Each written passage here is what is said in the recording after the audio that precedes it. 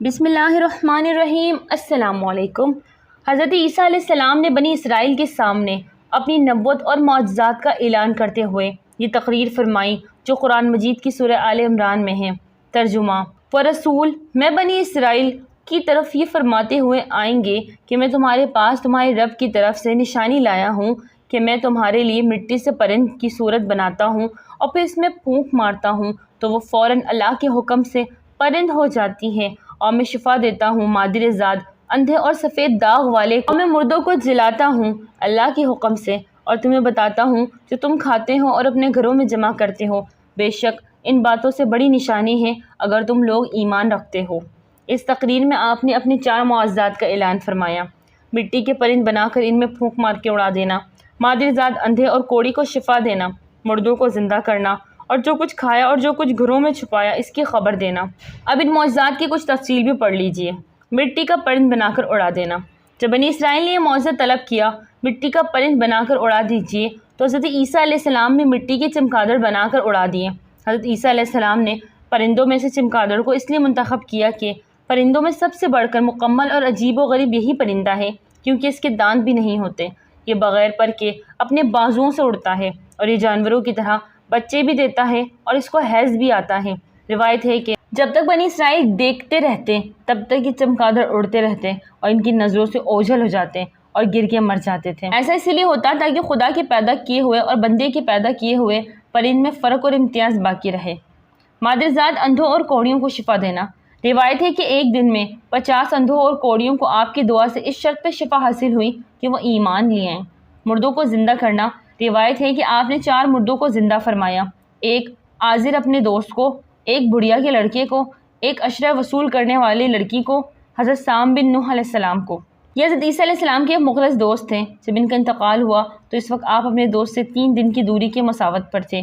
عازر کے انتقال و دفن کے بعد حضرت عیسیٰ علیہ السلام وہاں پہنچے اور عازر کی قبر کے پاس تشریف لے گئے اور عازر کو پکارا تو وہ زندہ ہو کر اپنی قبر سے نکل آئے اور برسوں زندہ رہیں اور صاحب اولاد بھی ہوئے۔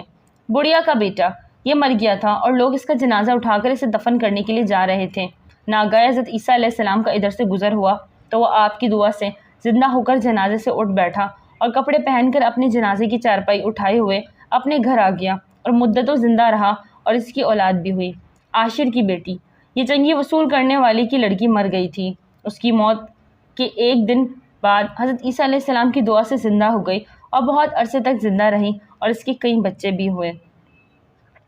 حضرت سام بن نوح، اوپر کی 3 مردوں کو آپ نے زندہ فرمایا تو بنی اسرائیل کے شریروں نے کہا یہ تینوں در حقیقت مرے ہوئے تھے ہی نہیں بلکہ ان تینوں پر سختہ طاری تھا، اس لیے وہ ہوش میں آ گئے، لہٰذا آپ کسی پرانے مردہ کو زندہ کر کے ہمیں دکھائیے۔ تو آپ نے فرمایا حضرت نوح علیہ السلام کے ساتھ زادے حضرت سام بن نوح علیہ السلام کو وفات پائے 4000 برس کا زمانہ گزر گیا ہے، تم لوگ مجھے ان کی قبر پر لے چلو، میں ان کو خدا کے حکم سے زندہ کر دیتا ہوں۔ تو آپ نے ان کی قبر کے پاس جا کر اسم اعظم پڑھا تو وہ فوراً حضرت سام بن نوح علیہ السلام قبر سے زندہ ہو کر نکل آئے، پھر وہ حضرت عیسیٰ علیہ السلام پر ایمان لائے اور تھوڑی دیر بعد ان کا انتقال ہو گیا۔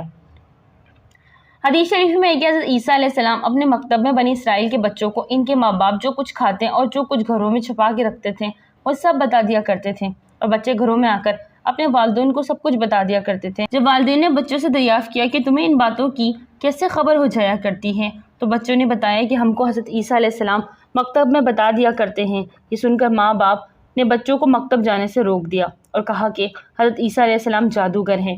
جب حضرت عیسیٰ علیہ السلام بچوں کی تلاش میں بستی کے اندر داخل ہوئے تو بنی اسرائیل نے اپنے سب بچوں کو ایک مکان کے اندر چھپا دیا اور کہہ دیا کہ بچے یہاں نہیں ہیں۔ آپ نے پوچھا کہ گھر میں کون ہے تو شرینوں نے کہہ دیا کہ گھر میں سور بند ہے، تو آپ نے فرمایا کہ اچھا سور ہی ہوں گے۔ چنانچہ لوگوں نے ان کے جانے کے بعد دروازہ کھولا تو مکان میں سے سور ہی نکلے۔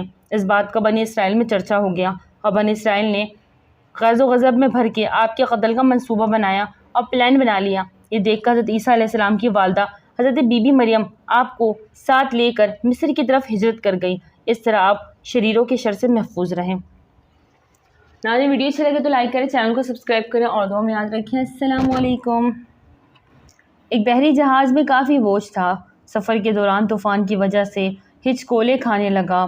جہاز ڈوبنے کے قریب تھا، لہٰذا اس کے کپتان نے تجویز پیش کی کہ جہاز پر بوجھ ہلکا کرنے اور زندہ رہنے کے لیے کچھ سامان کو سمندر میں پھینک دیا جائے تو انہوں نے متفقہ طور پر اس بات پر اتفاق کیا کہ ایک سوداگر کا سارا سامان چھوڑ دیا جائے گا کیونکہ یہ ڈوبنے سے بچنے کے لیے بہت ہوگا۔ جس تاجر کا سامان پھینکا جانا تھا اس نے اعتراض کیا کہ کیوں اس کا ہی سارا سامان پھینکا جائے اور تجویز پیش کی کہ سارے تاجروں کے سامان میں سے تھوڑا تھوڑا پھینکا جائے تاکہ نقصان تمام لوگوں میں تقسیم ہو اور نہ صرف ایک شخص متاثر ہو۔ تب باقی سارے تاجروں نے اس کے خلاف بغاوت کی اور چونکہ وہ ایک نیا اور کمزور سوداگر تھا اس لیے انہوں نے اس کے سامان کے ساتھ اسے سمندر میں پھینک دیا اور اپنا سفر جاری رکھا۔ لہروں نے سوداگر کے ساتھ لڑائی کی یہاں تک کہ وہ بے ہوش ہو گیا۔ جب وہ بیدار ہوا تو اسے معلوم ہوا کہ لہروں نے اسے کسی نامعلوم اور ویران جزیرے کے کنارے پھینک دیا ہے۔ سوداگر بہت مشکل سے اٹھا اور سانس لیا یہاں تک کہ وہ گھٹنوں کے بل گر گیا اور خدا سے مدد کی درخواست کی اور کہا کہ وہ اسے اس تکلیف دہ صورتحال سے بچائے۔ کئی دن گزرے۔ اس دوران تاجر نے درختوں کے پھل اور خرگوش کا شکار کر کے گزارا کیا۔ وہ قریبی ندی سے پانی پیتا اور رات کی سردی اور دن کی گرمی سے اپنے آپ کو بچانے کے لیے درخت کی لکڑی سے بنی ایک چھوٹی جھونپڑی میں سوتا۔ ایک دن جب تاجر اپنا کھانا بنا رہا تھا تیز آندھی چل رہی تھی اور اس کے ساتھ لکڑی کی جلتی ہوئی لاٹھی اٹھ جاتی اور اس کی لاپرواہی میں اس کی جھونپڑی میں آگ لگ جاتی تھی، لہٰذا اس نے آگ بجھانے کی کوشش کی لیکن وہ ایسا نہ کر سکا کیونکہ آگ نے پوری جھونپڑی کو اس کے ساتھ ہی بھسم کر دیا۔ یہاں سوداگر چیخنے لگا، کیوں رب، مجھے غلط طریقے سے سمندر میں پھینک دیا گیا اور میرا سامان ضائع ہو گیا اور اب تو یہ جھونپڑی بھی جو میرے گھر ہے جل گئی ہے اور میرے پاس اس دنیا میں کچھ نہیں بچا اور میں اس جگہ پر اجنبی ہوں۔ خداوند، یہ ساری آفتیں مجھ پر کیوں آتی ہیں؟ اور سوداگر غم سے بھوکا ہی رات کو سو گیا۔ لیکن صبح ایک حیرت انگیز واقعہ ہوا۔ اس کا انتظار کر رہا تھا۔ جب اسے جزیرے کے قریب پہنچنے والا ایک جہاز ملا، اسے بچانے کے لیے ایک چھوٹی کشتی سے اتر رہا تھا اور جب سوداگر جہاز پر سوار ہوا تو خوشی کی شدت سے یقین نہیں کر پا رہا تھا اور اس نے ان سے پوچھا کہ انہوں نے اسے کیسے ڈھونڈا اور اس کا ٹھکانہ کیسے جانا۔ انہوں نے اس کا جواب دیا، ہم نے دھواں دیکھا لہٰذا ہمیں معلوم ہوا کہ کوئی شخص مدد کے لیے پکار رہا ہے، لہٰذا ہم دیکھنے آئے۔ اور جب اس نے ان کو اپنی کہانی سنائی کہ کس طرح اسے ناجائز طریقے سے سوداگروں نے جہاز سے پھینک دیا، انہوں نے اسے بتایا کہ سوداگروں کا جہاز منزل تک نہیں پہنچا۔ ڈاکوؤں نے اس پر چھاپا مارا، سب کو لوٹ لیا اور لوگوں کو مار ڈالا۔ تو سوداگر روتے ہوئے سجدہ کرتا ہے اور کہتا ہے، خداوند خداوند، تمہارے سب کام اچھے ہیں، پاک ہے وہ رب جس نے قتل سے بچایا اور اس کے لیے بھلائی کا انتخاب کیا۔ اگر آپ کے حالات بگڑ جاتے ہیں تو خوفزدہ نہ ہوں، بس اتنا بھروسہ کریں کہ خدا ہر چیز میں حکمت رکھتا ہے، یہ آپ کے ساتھ ہوتا ہے اور اس کا بہترین۔ اور جب آپ کی جھونپڑی جل جائے گی جان لو کہ خدا آپ کے امور کا انتظام کر رہا ہے اور آپ کو بچانے کی کوشش کر رہا ہے۔ ناظرین، ویڈیو اچھی لگے تو لائک کر دیں، چینل کو سبسکرائب کر دیں اور دعاؤں میں یاد رکھیے۔ السلام علیکم۔